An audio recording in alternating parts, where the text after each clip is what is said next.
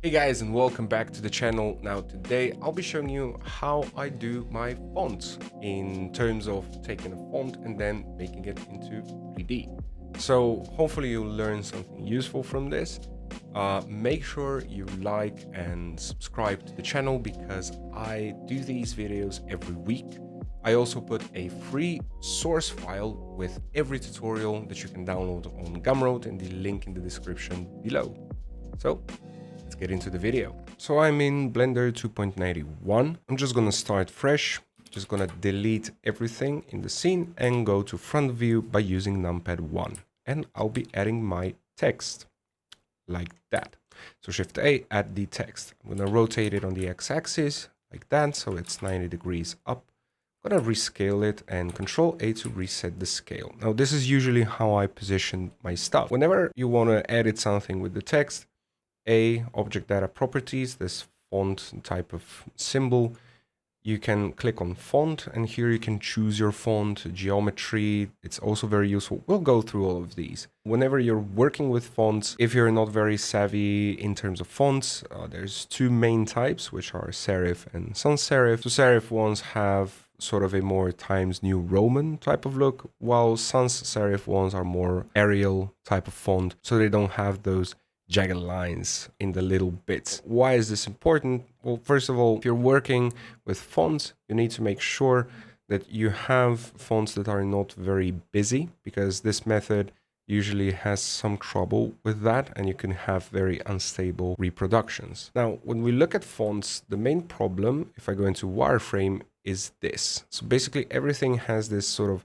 triangulated type of shape that it's a big no-no in Blender because we want quads with everything. One way of solving this is actually using in our modifier properties the remesh modifier.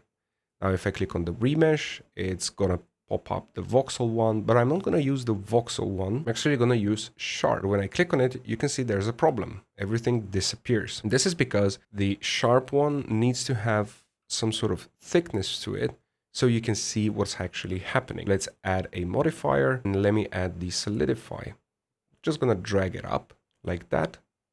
And now I can see my T, but I can't see everything. Well, that's another problem. Let's increase the thickness just a little bit. That's another problem. So basically you need to play with the threshold. You can drop down the threshold to 0.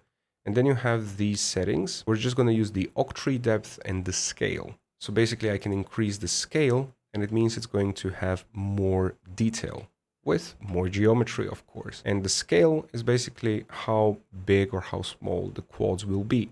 Now I suggest going, let's say, to a 5 or 6 or wherever the definition is really high at a scale of 0.9.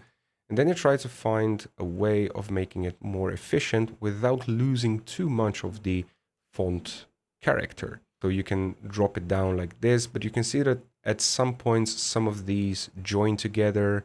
Maybe you can see some, let's say, strange vertex behavior, some double vertices. So that's not what we want. We want a very, let's say, homogeneous structure. Say something, possibly something like this.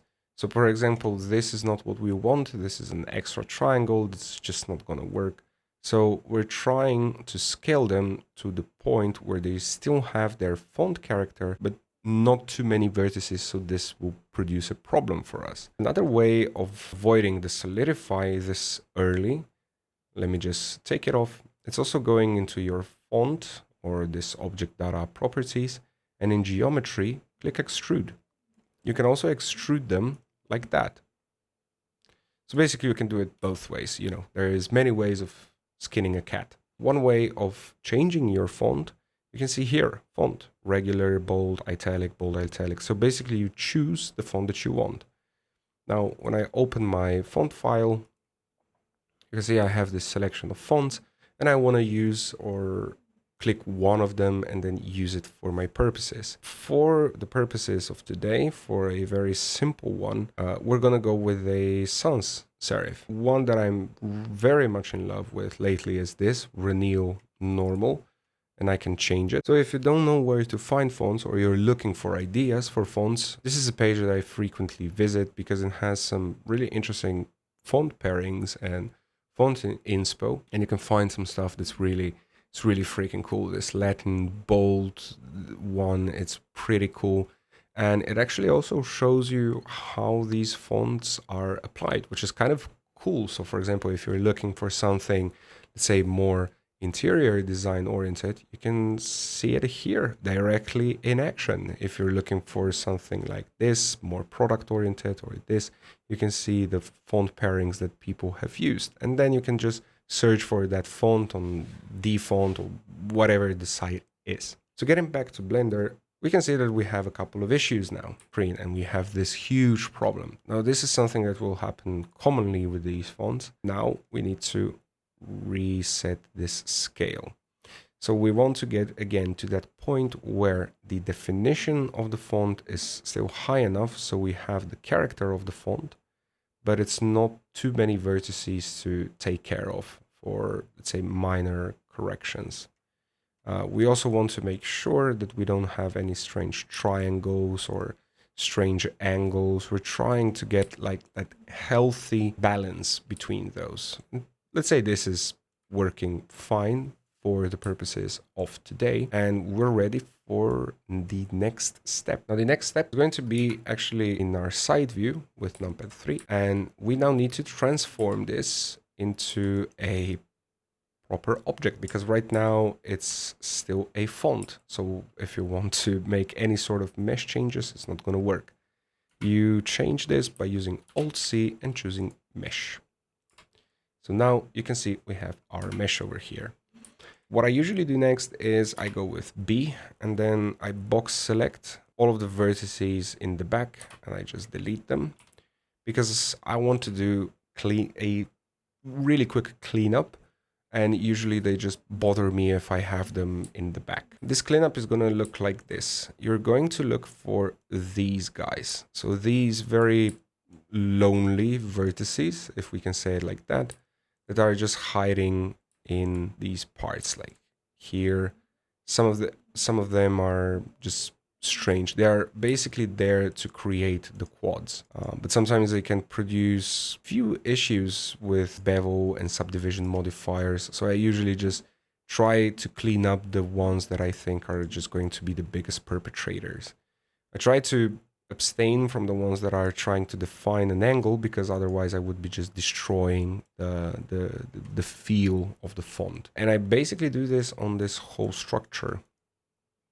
I also take a look at, for example, stuff that I missed, because again, it can happen. It can happen quickly. Sometimes you miss some of these details. You know, it's nothing too bad. And that's the best way of doing this like that, because basically you have time and you have the opportunity to just pick a vertex and then correct it. So it's not a big deal. You can actually have a bit of fun with it.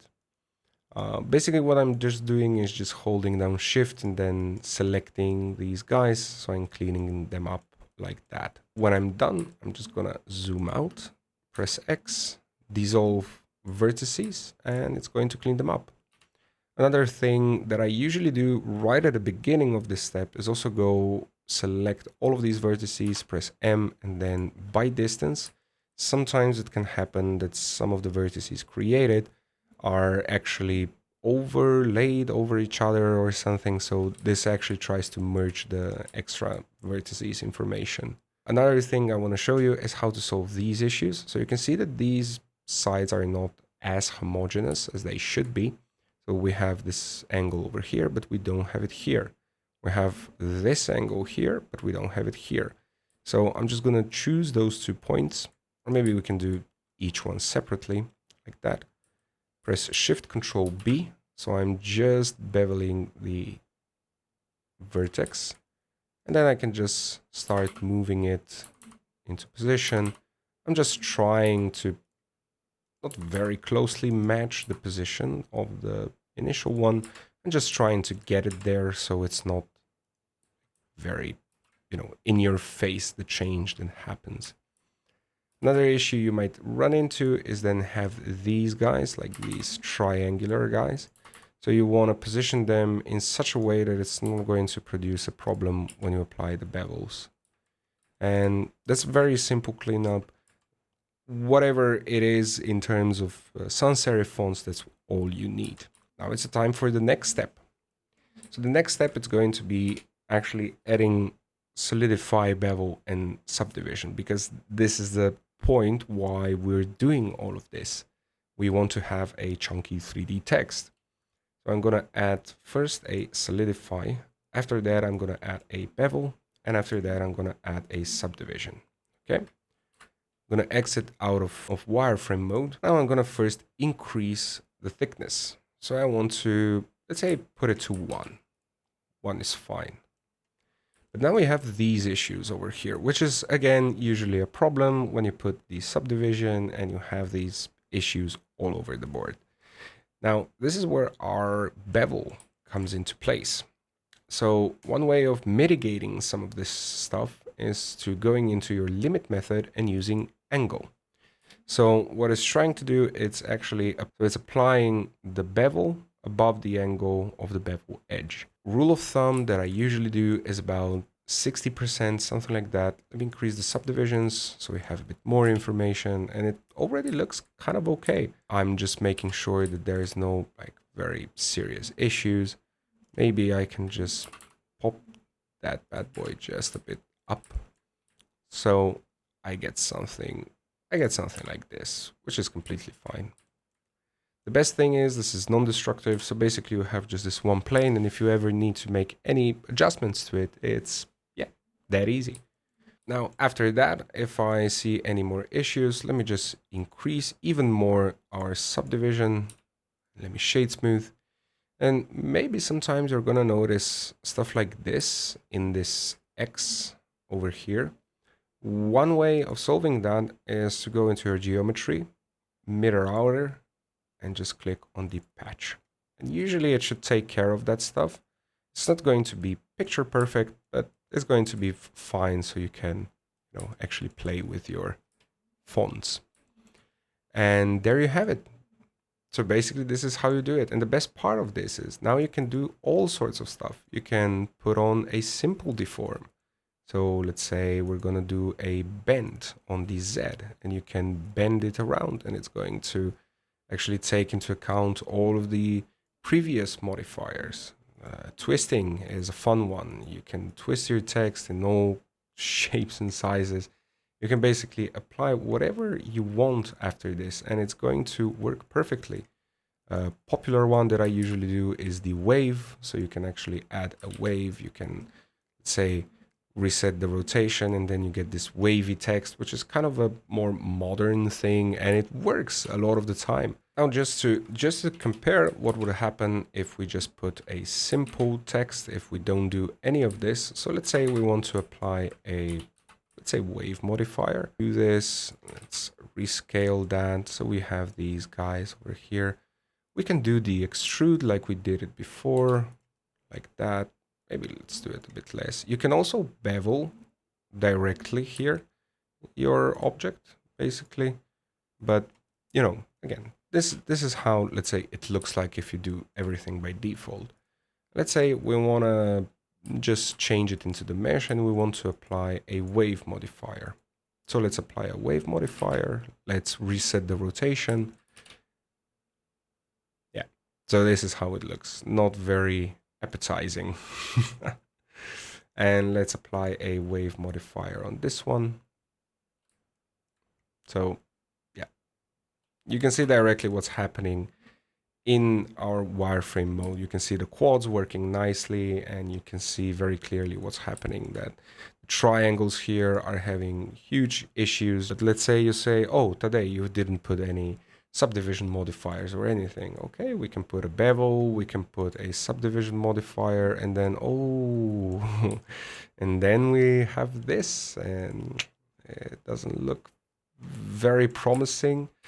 Again, we can go in, collapse by distance, so we can clean up a couple of things from our stuff, but still, let's say, okay, we're gonna add a wave modifier, and still, you have these issues where it's just deforming the stuff. We can add the angle, we can correct the angle, but oh Lord, we can see that it just gives a lot of issues. So yeah, this works beautifully for the stuff that we do. You have this nice text that's now quads, that's going to respect the stuff that you do in terms of mo graphs. So yeah, that's gonna be it for this tutorial. Now make sure you check out some other tutorials. This might not work for the font that you have in mind. Cursives are usually quite a bit of a problem, but 80% of the time this should do the trick for you. So as always, I have a free source file for you down in the description below that you can download. Drop a like, leave a comment, I always appreciate those, and I'll see you in the next one.